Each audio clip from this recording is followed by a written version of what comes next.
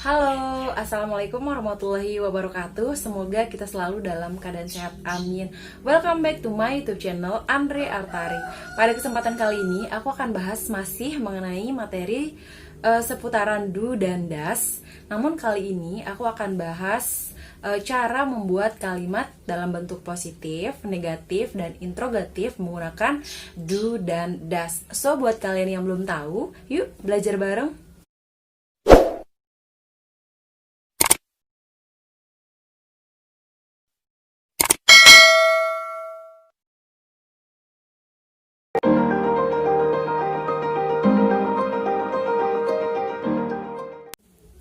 Do dan das.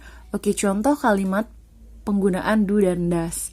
Nah, di sini aku sudah sediakan 3 contoh kalimat and bentuk positif, negatif, and interrogative atau kalimat tanya. Well, now let's start from the first. Kita mulai dari yang pertama, bentuk positif. We play football every Sunday. Kami atau kita bermain sepak bola setiap hari Minggu. Well, you can see that, kalian bisa lihat di sini bahwa tidak ada penggunaan do sama das karena do dan das itu ada pada kalimat negatif dan interrogatif. Lihat pada kalimat negatif. We don't play football every Sunday. Kita tidak bermain sepak bola setiap hari Minggu. Nah, di sini adalah penggunaan dari do tapi ditambahkan not, ya, jadi do not atau disingkatnya menjadi don't, ya. Jadi don't di sini berarti tidak. We don't play football every Sunday. Kita tidak bermain sepak bola setiap hari Minggu. Jadi setelah don't ini harus diikuti oleh kata kerja bentuk pertama. Nah, ini ya kata kerjanya pada kalimat pertama, play. Sama juga kata kerjanya play. Now let's move to interrogative sentence. Do we play football every Sunday? Oke, apakah kita bermain sepak bola setiap hari Minggu? Jadi di sini tidak ada penambahan notnya yang tadi menggunakan don't, do not, sekarang do aja. Karena kalau ditambahkan don't itu maksudnya kalimat negatif atau hanya untuk penggunaan kalimat negatif. Kalau do pure, ya, do saja. Jadi dia di sini adalah kalimat tanya. Nah, dan kalian di sini tolong perhatikan ya. Di sini subjeknya adalah we atau pelakunya ya adalah we. Ketika dia adalah kalimat positif dan negatif, subjeknya tetap di depan. Namun, apabila dia dijadikan kalimat interrogatif atau kalimat tanya, we-nya ada setelah kata do, ya, seperti ini. Oke, paham ya? Nah, untuk jawabannya, biasanya ini disebut yes, no question. Ya atau tidak, ya, pertanyaan ya atau tidak, maksudnya pertanyaannya membutuhkan jawaban yes or no. Yes, we do. Ya, kami bermain maksudnya. No, we don't. Tidak, kami tidak bermain. Now let's move to number 2. Positive, ya. Sasha always visits her grandma in Bandung once a year. Okay. Sasha selalu mengunjungi neneknya di Bandung 1 kali dalam setahun. Well, kalian bisa lihat di sini, Sasha di sini adalah subjek atau penderitanya, ya.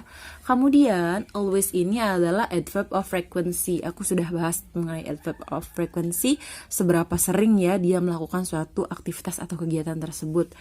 Nah, visits di sini adalah kata kerja. Dari kata visit ditambahkan s. Why? Karena subjeknya adalah Sasha atau kalau kita ganti menjadi she.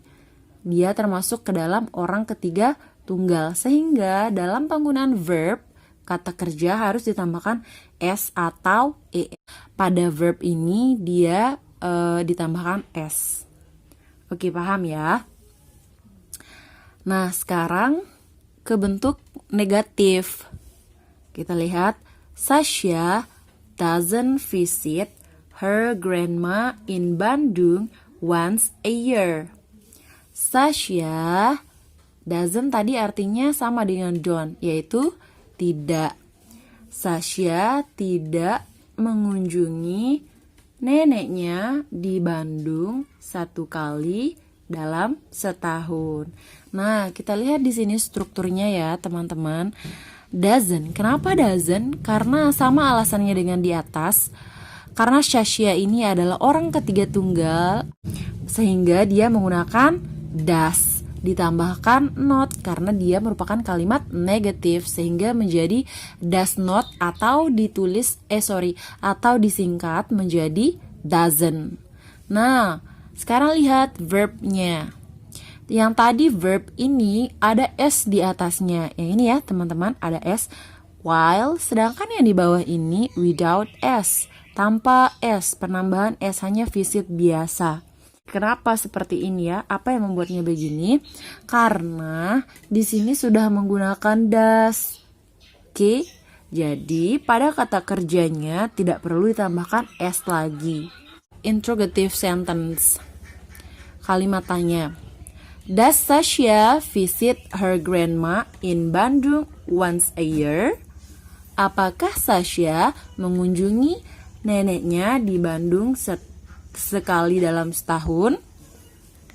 Nah, sekali lagi lihat di atas do di depan sama juga di bawah does. Ya, does-nya di depan baru kemudian subjeknya Sasha. Visit sama halnya dengan yang di atas. Visit tidak ditambahkan seperti yang pertama. Kenapa? Karena ada does-nya di sini. Jawabannya jika iya, you can say yes, she does. Iya, dia melakukannya. No, she doesn't. Tidak, dia tidak melakukannya. Now, let's move to the third example. Nah, bentuk positif. Sam buys some vegetables in the market every month.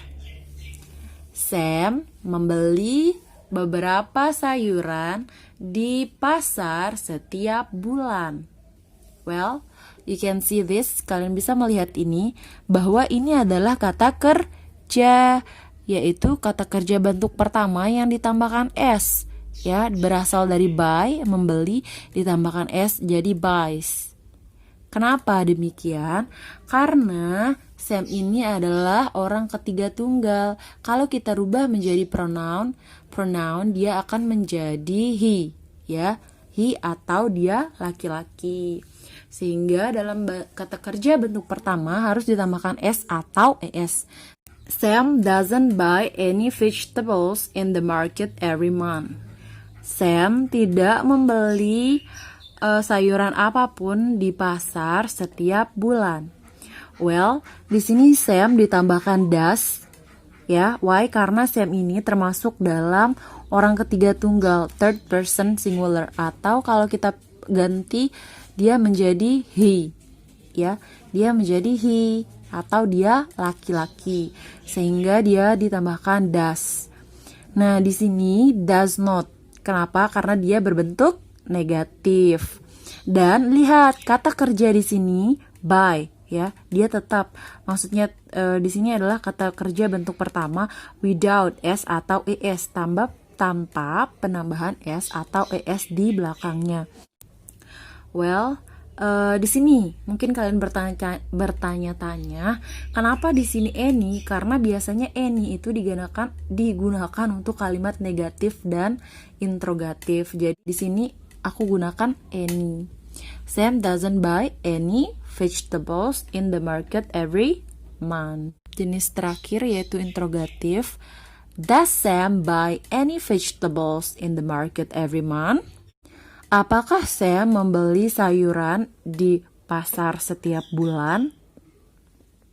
Ya, jadi sama halnya dengan yang ini. Ketika kalimat tanya, does ini exist di awal atau sebelum subjeknya, dan tanpa ada doesn't, ya, tanpa ada not-nya. Karena ini adalah bentuk tanya. Kalian harus benar-benar mengerti, atau kalian harus benar-benar paham penggunaan doesn't atau does not, dan does. Kalau doesn't atau does not itu hanya untuk kalimat negatif atau yang menyatakan tidak. Sedangkan kalau does itu untuk kalimat interrogatif, dan does ini exist di awal atau hadir di awal sebelum subjek. Nah, untuk jawabannya, yes, he does, or no, he doesn't. Well, tadi adalah penjelasan singkat mengenai pembuatan atau cara membuat kalimat positif, negatif, dan interrogatif menggunakan do dan does. Nah, jika kalian nonton my previous videos, video yang kemarin nih ya, mengenai do, does, dan did, di situ juga dijelaskan bahwa do dan does itu hanya untuk kalimat yang berbentuk negatif dan interrogatif. Jadi pada kalimat positif tadi itu memang tidak ada penggunaan do ataupun does. Nah, pada sesi kali ini aku akan buat sebuah tugas lah kayak gitu supaya kalian bisa latihan. Jadi untuk jawabannya kalian bisa langsung komen di kolom komentar. Ya, tugasnya adalah ini.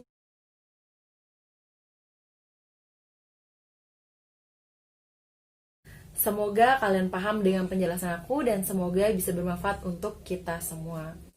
Aku juga mau ngingetin buat kalian yang belum subscribe sekarang juga ya, karena subscribe itu gratis. Jangan lupa kalian like dan share video ini ke seluruh sosial media yang kalian punya. Why? Karena makin banyak yang tahu, makin banyak teman kita belajar. See you. Assalamualaikum warahmatullahi wabarakatuh.